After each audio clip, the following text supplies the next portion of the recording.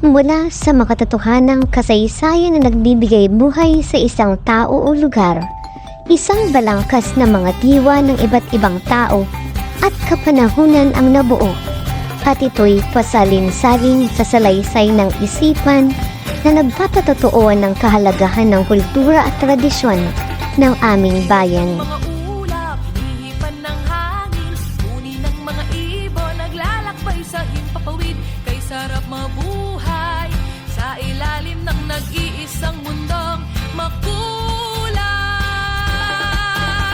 Sayaw, sayaw, sumasayaw ang langit, kay raming dahilan upang magdiwang, tayo ay nag-isa ng langit. Isa sa pinipilahan at tinatangkilik ng mga turista sa bayan ng Morong ang ipinagmamalaki naming Hutsu at Banyi na mula pa sa mga Vietnamese na napadpad dito sa aming bayan noong panahon ng himagsikan. Kalikasan at kultura,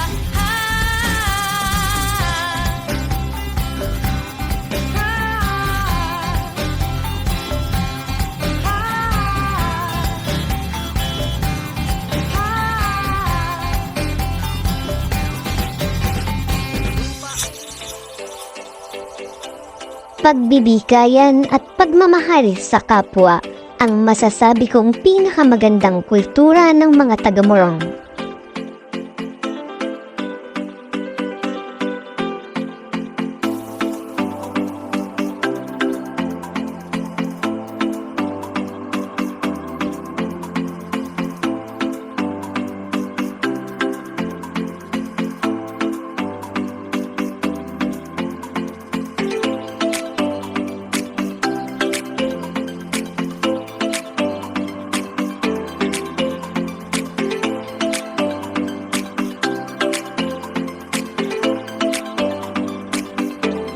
Ang Pawikan Festival ay isang taunang pagdiriwang na endangered species na pawikan o sea turtles.